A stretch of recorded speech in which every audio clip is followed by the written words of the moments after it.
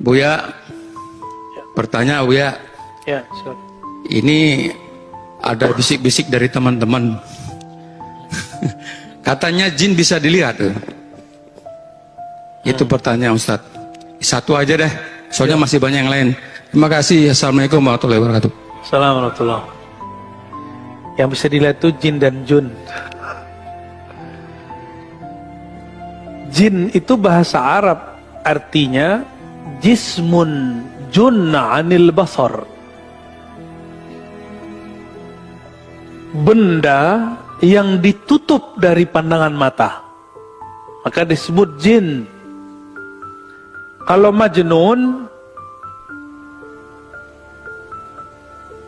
insan sutira akluh, manusia akalnya udah ketutup, maka disebut majnun. Junna alaih, majnun juga, jan sama, ya.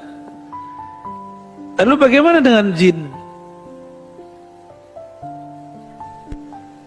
Al-Quran mengatakan, yarawnakum, mereka melihat kamu dari sisi la tarawnahum, dari sisi engkau yang tidak dapat melihat mereka. Kalau Allah bilang jin tidak bisa dilihat dengan kasat mata, terus ada orang ngomong lihat jin, faqad ata bi buhtanin azim, dia sudah berbohong dan telah mengingkari Al-Quran. Namun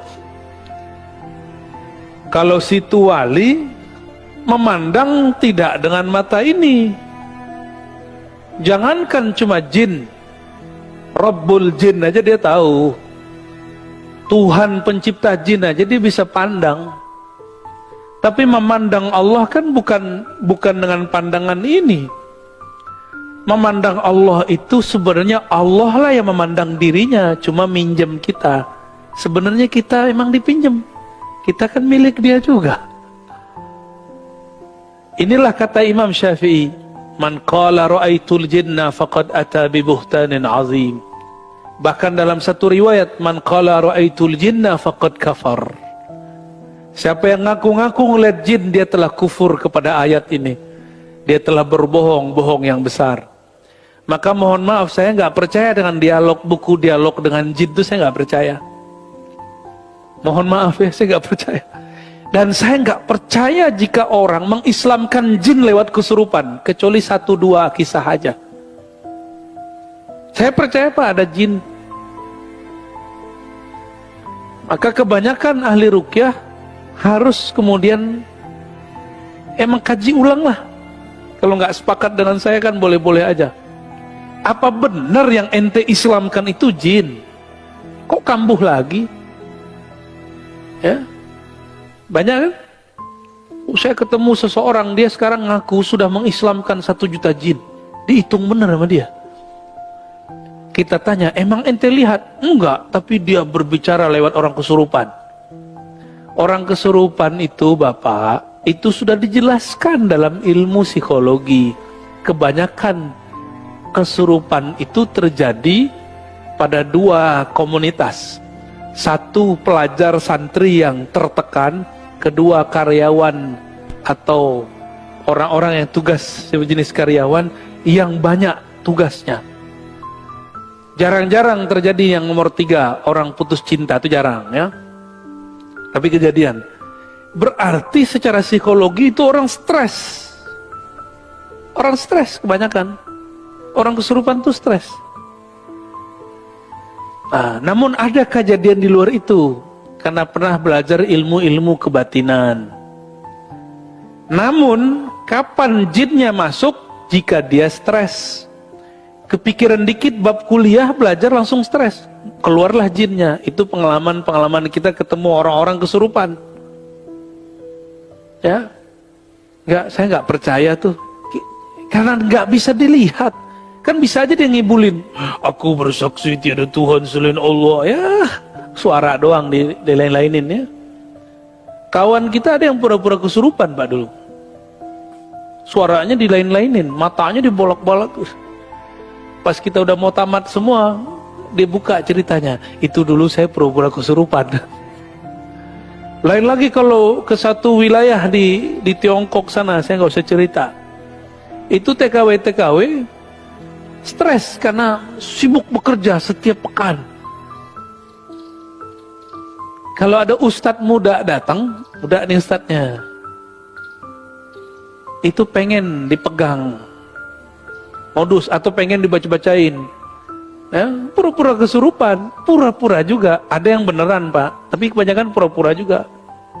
Yang penting dipegang dikit sama ustadznya, langsung tenang ya, sama aja modus. Itu jinnya jin melambai itu ya.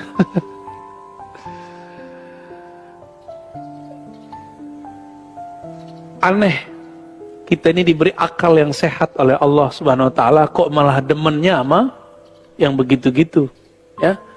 Pengen lihat jin Pak, mau lihat jin, serius, beneran, antum gak puas jadi manusia? Nabi Syis itu tugas risalahnya memagari pandangan manusia dari jin. Dulu sebelum Nabi Syis, Nabi Adam sama setan itu kayak gini Pak, ngelihat. Jadi kalau bapak ini markir, dia markir juga. Lagi jalan, tiba-tiba ada yang tongkar, tuar. Itu zaman Nabi Adam dulu, Nabi Adam, Habil, kemudian 400 tahun beliau di dunia. Lahirlah Syis, anak beliau. Nabi Syis dapat sir dari Nabi Adam, ilmu asma. Salah satu ilmu asma itu memagari manusia dari jin. Maka bapak nggak lihat kan di samping bapak ada jin? Ada Pak, samping bapak jin. Ada, tapi lebih banyak malaikatnya. Di rumah bapak banyak jin kok. Itu kan terjadi horor kalau saya ceritain. Ya. Tidak ada satu jengkal di muka bumi kecuali ada makhluk Allah. Apakah itu malaikat, jin, atau binatang-binatang kecil? Ada semua. Gak usah dicari-cari Pak. Syaitan ya jeri majrad dam. Syaitan mengalir di setiap pembuluh darah. Gak usah dicari. Kadang kita lah setannya. Bapak ini gak perlu melihat jin untuk ketemu setan. Ngelihat manusia bisa, ketemu setan bisa. Ya gitu ya. Tolong jangan minta-minta ketemu jin, nyesek nanti. Toko bidzalika satrun nas.